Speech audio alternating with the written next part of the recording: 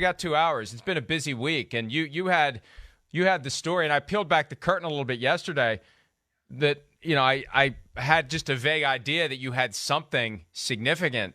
And I'm like, what in the world's going on? And I said yesterday, because we were talking about Lamar Jackson, the first thing I thought of is, Lamar Jackson's getting traded and Peter has the scoop. That was the first place my mind went. I didn't even think, even though I was kind of waiting and watching and wondering if Bruce Arians was going to step down. Yeah, did you talk about that yesterday? Did you talk about that yesterday with Arians? Because we did talk about it on the phone a little bit. The had idea a suspicion that this was coming. Well, that 2 hours after Tom Brady unretired, I got a tip that the next shoe to fall is Arians is going to be out, and I just wasn't able to substantiate it. And the next morning, we kind of hinted around that on PFT Live the morning after Brady unretired, that there was there were two thoughts in the building. One, they really were concerned he was trying to work his way to another team, quite possibly San Francisco. And two, now that Brady was back, there was a belief that whether he made a demand or not, and I heard Jason Light on Rich Eisen yesterday saying he never demanded it. Well, part of being Tom Brady is you don't have to demand it. You don't have to get your hands dirty. There are ways to get your point across. You don't even have to say it directly. You let Don Yee do it, or you let somebody else 2 layers down send a message to somebody in the Buccaneers organization. That way you got your hands clean. You got complete plausible deniability. You never ordered the code red. It happened way below where you are to someone way below the top of the Buccaneers organization, and it filters up, and they understand if you want this guy back, that's what you got to do. And there are people who are going to believe that. There are people who are going to firmly believe it. The timeline cries out that this wasn't your average normal coach decides to walk off into the sunset on March 30th. And Mike, I think that logic says that there's smoke there. There's no question about it. And I tried in 2 different ways other than in the conversation we had in the last few days with Arians to find out whether there was anything to it. And I have always believed, and you just said this, I've always believed that a person like Tom Brady, I'm not even talking about, I don't even mean a player like Tom Brady. A person like Tom Brady has the ability to get a point across and not have to say it directly. And again, I don't know anything that would directly tie him to asking the Bucs to get rid of Arians if he was going to come back. I know nothing. The only thing I know is what Arians told me, which is, in his words, a pile of it. And so that will be his way of saying it, and that will be his belief and what he is passing on. But, Mike, what you say is right. There's a lot of smoke there at some point, hopefully sooner than later, but maybe not until Seth Wickersham writes the book in 12 years or whoever does. Maybe you will at some point, and maybe I will. But the point is, right now, we don't have proof that it happened. We have suspicion that it might have happened, but we don't have the proof. I guess the follow-up to it's better to be feared would be it's better to be buzzed. That would be the better to be boozed. It's better to be boozed. That's it. That's the story of the 3 years of Bruce Arians in Tampa Bay, including the 2 with Tom Brady. It's better to be boozed, coming from Seth Wickersham in 2029. But you're right. There's a story there that's going to come out eventually, and it's inevitable that it's going to come out. And it just – I was on radio with the afternoon show on WDAE in Tampa. They reached out and invited me on, and I did a quick little Twitter research on the show and on the host, and it was obvious I was walking into a lion's den, that they don't agree with many of the things that I have to say about the Tampa Bay Buccaneers. And it's funny, anytime you say things that you believe that may not be popular among a fan base, they just assume you hate the team and you're just trying to stir up crap. And I wasn't going to go on, and I thought, wait a minute. I criticize guys like Aaron Rodgers for only ever going on a friendly platform like the Pat McAfee safe space that he's on every Tuesday. So I said, I'll do it. I'll let them say what they want to say, and we'll talk it through. And one of the things I said to him is, there's a lot of circumstantial evidence here. And circumstantial evidence gets a bad rap. Circumstantial evidence is valuable evidence. I go to bed at night My car's outside. There's no snow on it. I wake up the next morning. There's snow on it, but it's not snowing. But the circumstantial evidence is it snowed. So when you see something happen this late, first one, we talked about this the other night, first one since Jimmy Johnson in 1994, who disappears in late March. And obviously there was a hell of a story behind that one. This is not normal. This is not usual. So it cries out for scrutiny. It cries out for an examination, and it cries out for reporting eventually on what exactly happened, because this isn't the usual season ends, coach is done, and he says, I'm out. He locked in for 3 months. He was all in. All in. And as he tells it, he was all in until Tom Brady was coming back. And that's when I decided, hey, now's the time to leave. And the average person, I think, would look at that and say, why would you think that's the time to leave? That's the time you utter a gigantic sigh of relief that this season won't be a potential crap show without Tom Brady. I got a year here where I can keep doing what I've been doing. I talked to somebody at the end of the season, and it may have been you, Peter, about the possibility that Arians walks away into the sunset. And whoever I was talking to about it said, well, why would he? He's got it made. He's got it made. Why wouldn't he stay for another year with Tom Brady? He's not working nearly as hard as other coaches, and he made no bones about it. He reveled in it. Why would he walk away from that situation? I think there's two reasons. And if it is as he says, look, Bruce Arians is not the guy who sleeps in his office or who gets there at 4:30 in the morning and leaves at midnight. He's just not that guy. And I think the most logical thing is exactly what his words were. I think one of the reasons I believe, and look, for people who don't know, and it's not that big a deal, but Arians recently asked Sam Farmer and I, both of us have written extensively about Arians for years.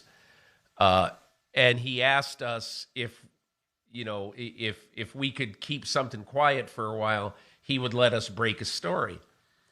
He'd give us the high sign when it was ready to go. And my first reaction was, it's never going to hold. But he told us what it was. We agreed, and he told us what it was. And so my first thought was, this is crazy. But in that first conversation, he spoke for about 10 minutes, pretty passionately, about the state of black coaching and minorities in coaching. And you go back and you look at Bruce Arians' history. Bruce Arians at Virginia Tech in the late 60s, early 70s, I forget exactly when it was. But Bruce Arians was a quarterback at Virginia Tech, an option quarterback, believe it or not.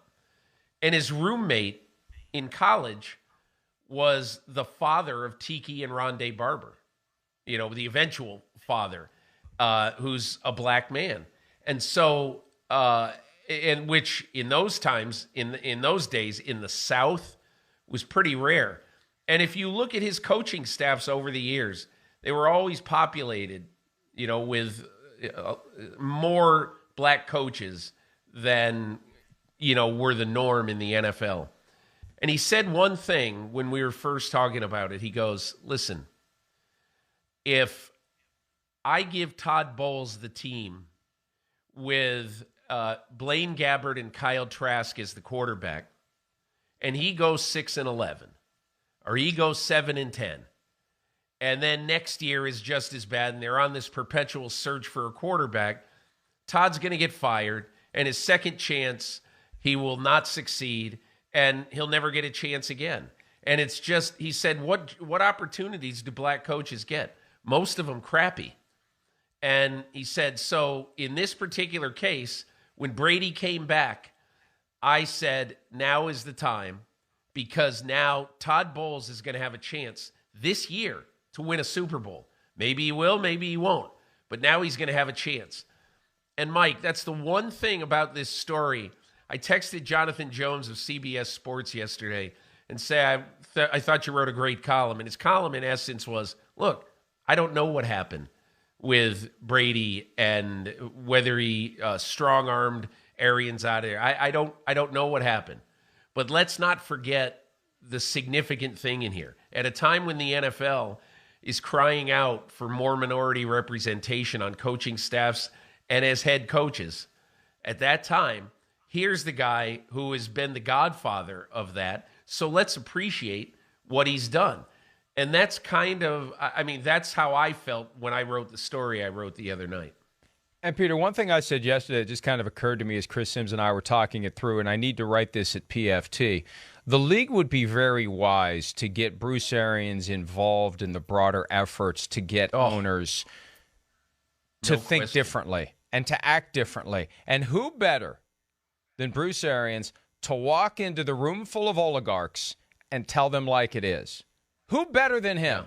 Who would be better suited to do that, to speak the hard truths in his own charming S and F-bomb way than Bruce Arians? It would be perfect, and it's exactly what the league should do, because he's figured something out that plenty of owners and coaches have not. And whatever that is, they need to sprinkle some of it onto those teams out there that are wondering, as the league is perplexed and dismayed and flabbergasted by the fact that the mindset after all these years hasn't changed. The level of comfort when you get down to your finalists, the white owner gravitating toward the white head coach. Time and again, I said this back after the Flores lawsuit was filed when people were saying, does it have merit? It's like, well, look at it this way. You flip a coin 500 times, it comes up heads 490 times. Probably got a problem with your coin. And Arians is the kind of guy that could help them fix the coin. And they definitely should explore ways they can incorporate him into communicating directly with the owners and other coaches to get them to do things the way he did things. And that would be the best possible post-coaching job that Bruce Arians could have. You need to write that today, I think. Otherwise, I'm going to steal it for Monday. It's on my list. Mike. It's on my list. Mike, here's one other thing I think it's important to think about.